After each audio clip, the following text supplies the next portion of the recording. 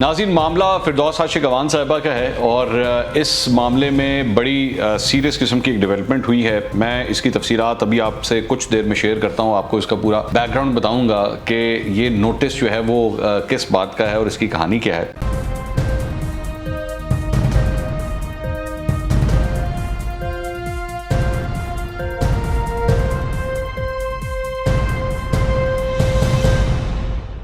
अस्सलाम वालेकुम नाज़रीन, मैं हूं मंसूर अली खान। अपने YouTube चैनल के ऊपर आपको खुशामदीद कहूँगा। सबसे पहले आपसे दरख्वास्त के चैनल को सब्सक्राइब करना मत भूलिएगा और बेल आइकन ज़रूर प्रेस कीजिएगा।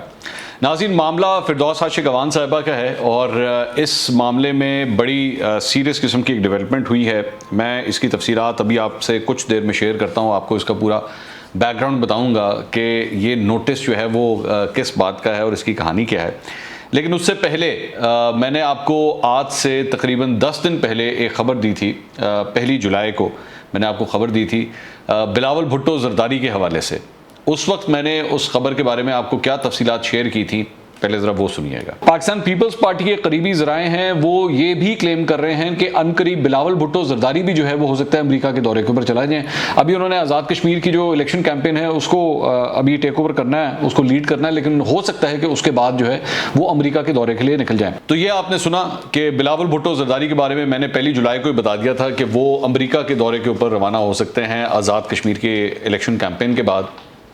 और अब ये खबर जो है कन्फर्म हो गई है, बिलावल भुट्टो ज़रदारी जो हैं वो अमेरिका के लिए रवाना हो रहे हैं। और मेरी इतलात के मुताबिक जो हुक्मरान जमात है पाकिस्तान तहरीक इंसाफ, हुकूमत के अंदर जो है इस विज़िट को लेकर बड़ी नापसंदीदगी ज़ाहिर की जा रही है। इस सिलसिले में शहबाज गिल पहली एक प्रेस कॉन्फ्रेंस भी कर चुके हैं जिसमें उन्होंने बार बार ये कहा था कि जी आप क्या लेने जा रहे हैं, आप अमेरिका जा किस ले रहे हैं, और क्या फिर से किसी किस्म की कोई डील करवाना चाहते हैं, अमेरिका से कोई मदद लेना चाहते हैं। और इस किस्म की उन्होंने तनकीद की थी बिलावल भुट्टो के ऊपर। तो उनको इस बात का पता है, शहबाज गिल साहब को भी और पाकिस्तान तहरीक इंसाफ को भी, कि अगर बिलावल भुट्टो वहाँ जा रहे हैं तो ये कोई खैर की खबर नहीं हो सकती हमारे लिए, और अगर इनका वहाँ पे काम बन गया तो हमारे लिए जो है वो मुश्किलात हो सकती हैं। बहरहाल एनीवेज वो उसको, ये सियासत है, ये सियासत के अंदर जो है वो पहले भी इमरान खान साहब भी आपको याद होगा जब पहले अमेरिका गए थे और उसके बाद अमेरिका से वापस लौटे थे तो उस वक्त भी जो है वो बड़े ढोल बजाए गए थे कि जनाब बड़ा कामयाब विजिट रहा। ये सारे सियासतदान यही कोशिश करते हैं जब वो जाते हैं और उसके बाद वो यही समझते हैं कि जी वहाँ की एडमिनिस्ट्रेशन हमारे ज़्यादा करीब है। बिलावल भुट्टो साहब भी जो है शायद अपनी लक को इसीलिए प्रैक्टिस करने के लिए वहाँ पर जा रहे हैं। बहरहाल आइए अब ज़रा फिरदौस आशिक अवान साहिबा के हवाले से आइए। फिरदौस आशिक अवान साहिबा का जनाब वो मामला ये है कि जावेद चौधरी साहब वाला वो जो प्रोग्राम था जिसके अंदर फिरदौस आशिक अवान साहिबा ने जो है कादिर मंदोखेल साहब को जो है थप्पड़ मारा था, और उसके बाद वो सारी वीडियो सारी जो वायरल हुई थी, मैंने उसके ऊपर पहले एक वीलॉग कर दिया हुआ है। मैंने उसमें सारी तफसीलात आपको बताई थी कि बैकग्राउंड हुआ क्या था, एग्जैक्टली एक एक डिटेल मैंने आपके साथ शेयर की थी, और वो डिटेल अभी तक वैसी की वैसी है। मतलब उसमें कोई भी चीज़ डिनाई नहीं की जा सकती जो मैंने आपके साथ शेयर की थी। उसके बाद हुआ ये था कि फिरदौस आशिक अवान साहिबा ने जो है वो इनको कादिर मंदोखेल साहब को जो है एक डिफेमेशन का कानूनी नोटिस भेजा था कि जी आप जो हैं वो इस सिलसिले में माफ़ी मांगे, वरना इतने अरब जो है वो उसका हर जाना जो है वो मैं उसका केस जो है वो मैं दायर करूँगी। अच्छा, इस दौरान कादिर मंदोखेल साहब ने जो है वो कराची के अंदर जो वहाँ की मुकामी अदालत है वहाँ पर उन्होंने केस फाइल करने, पहले वो पुलिस के पास गए। पुलिस को उन्होंने वो चाहते थे कि जी उनकी FIR जो है वो वहाँ पे कटे, लेकिन वो नहीं कटी। उसके बाद वो कोर्ट के अंदर गए। कोर्ट के अंदर जो है उन्होंने ये कहा कि जी मेरी FIR जो है वो कराची में दायर की जानी चाहिए। मामला ये था कि जी ये टॉक शो इस्लामाबाद में हो रहा था, जावेद चौधरी साहब इस्लामाबाद से शो करते हैं, तो ये वाक़या भी वहीं पर पेश आया था सेट के ऊपर। तो वो ये चाहते थे कि ये मामला जो है कराची के अंदर रेज़ अप हो, कराची के अंदर जो है इसका जो है वो केस लगे। लेकिन आज अदालत ने इस सिलसिले में अपना जो फ़ैसला है वो जारी किया है और उन्होंने कहा कि जी कराची के अंदर जो है ये केस फ़ाइल नहीं हो सकता, आपको ये केस इस्लामाबाद में ही फ़ाइल करना पड़ेगा क्योंकि वाक़या वहाँ का है। अब इस पर जो मेरी इतलात मुझे मिली हैं उसमें कादिर मंदोखेल साहब जो हैं अब इस सिलसिले में सिंध हाई कोर्ट जाने लगे हैं। वो मामले को यहाँ पे नहीं छोड़ रहे, वो सिंध हाई कोर्ट जाने लगे हैं, इस मामले को वहाँ पे चैलेंज करने लगे हैं कि जी मैं चाहता हूँ कि कराची के अंदर ही जो है वो ये केस फाइल किया जाए। लेकिन इस दौरान एक और डेवलपमेंट हुई है, और डेवलपमेंट हुई है एक अदद नए लीगल नोटिस की।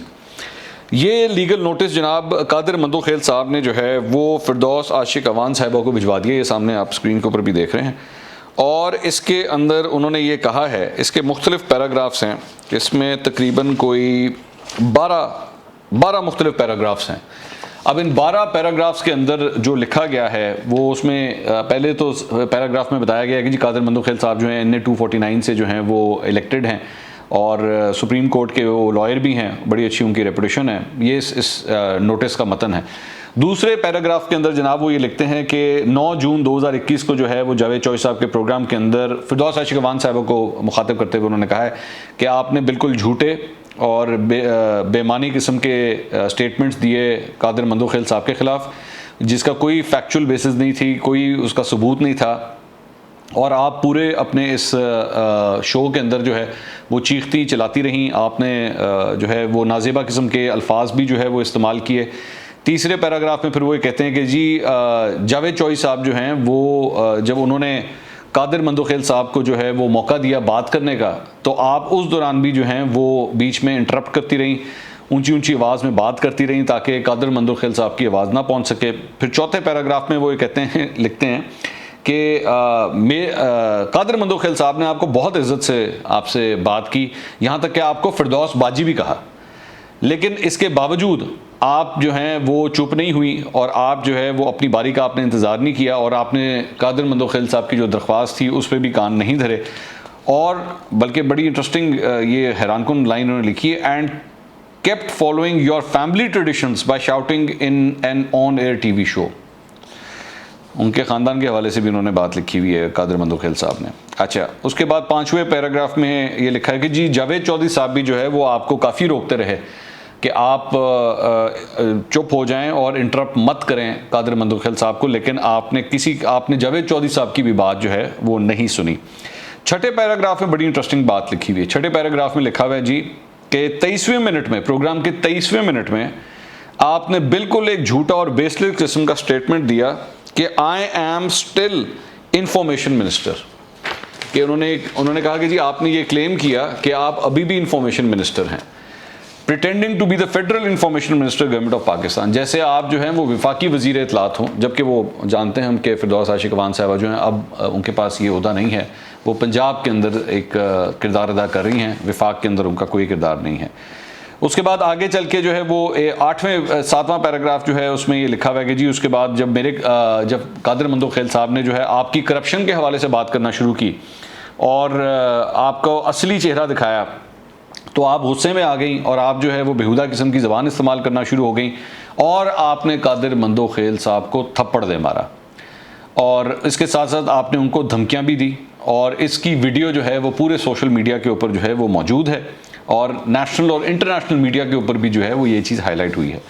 फिर 8वें पैराग्राफ में वो ये लिखते हैं कि जी आपने उसके बाद एक और वीडियो बनाई जिसमें आपने कादिर मंदोखेल साहब के ऊपर मुख्तलिफ़ किस्म के इल्ज़ामात लगाए कि आप कादिर मंदोखेल साहब जो हैं वो नशे में धोते, ये आपने इल्ज़ाम लगाया, यानी कि फिरदौस आशिक अवान ने इल्ज़ाम लगाया और वो अपने सेंसेस में नहीं थे और आपने अपने इस नाजेबा किस्म के रवैये से जो है वो सिर्फ़ और सिर्फ अपनी जो गिल्ट थी उसको कवर करने की आपने कोशिश की है।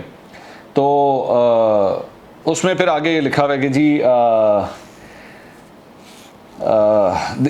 that all the allegations and insinuations made and adverse inferences drawn by you include the contents of your so-called legal notice। उन्होंने कहा कि जी 10 जून को जो आपने नोटिस भेजा था, यानी कि फिरदौस आशिक अवान साहब ने जो नोटिस भेजा था इनको कादिर मंदोखेल साहब को, वो उनको बिल्कुल डिनाई करते हैं, उसकी किसी चीज़ को एक्सेप्ट नहीं करते और वो झूठ का एक पलंदा है, उसमें ये कहा गया है। तो मामला जो है वो ये है कि जी आखिर में मैं जल्दी जल्दी इसको रैप अप करूँ, आखिर में जाके वो कहते हैं कि जी इन सारी चीज़ों के होते हुए ये जो कुछ भी हुआ है हम आपको 58 अरब रुपए का नोटिस हम आपको भेज रहे हैं और आप जो है ये 58 अरब रुपए डैमेजेस के अंदर पे करें and issue an unconditional public apology. साथ ही साथ जो है वो पब्लिक प्लेटफॉर्म के ऊपर जो है वो अब माफ़ी भी मांगे, अखबारों के ज़रिए और इलेक्ट्रॉनिक मीडिया के ज़रिए 7 दिन का आपके पास टाइम है, 7 दिन के अंदर अंदर जो है वो ये सब कुछ करें, क्योंकि आपकी इन हरकत की वजह से जो है वो कादिर मंदोखेल साहब को जो है ज़हनी अजियत पहुंची है। तो जनाब ये है पूरा वो लीगल नोटिस जो मैंने आपको पढ़ के सुना दिया। मामला जो है वो ठंडा होने का नाम नहीं ले रहा। वो और बात है कि कादिर मंदोखेल साहब जो हैं वो कम से कम फैसल वाडा साहब के मामले के अंदर लग इसी तरह के वहाँ पे ठंडे हो चुके हैं, क्योंकि वो मामला जो है इलेक्शन कमीशन ऑफ पाकिस्तान में है, लेकिन फिरदौस आशिक अवान के हवाले से जो है पूरी तरह एक्टिव हैं और वो सिंध हाई कोर्ट भी जाने लगे हैं कि जी उनकी FIR जो है वो कराची के अंदर दाखिल की जाए, और साथ ही साथ उन्होंने अब फिरदौस आशिक साहिबा को ये लीगल नोटिस भी जो है वो भिजवा दिया है। देखें आगे चल के क्या होता है। अगले व्लॉग में दोबारा मुलाकात होगी। अल्लाह हाफ़िज़।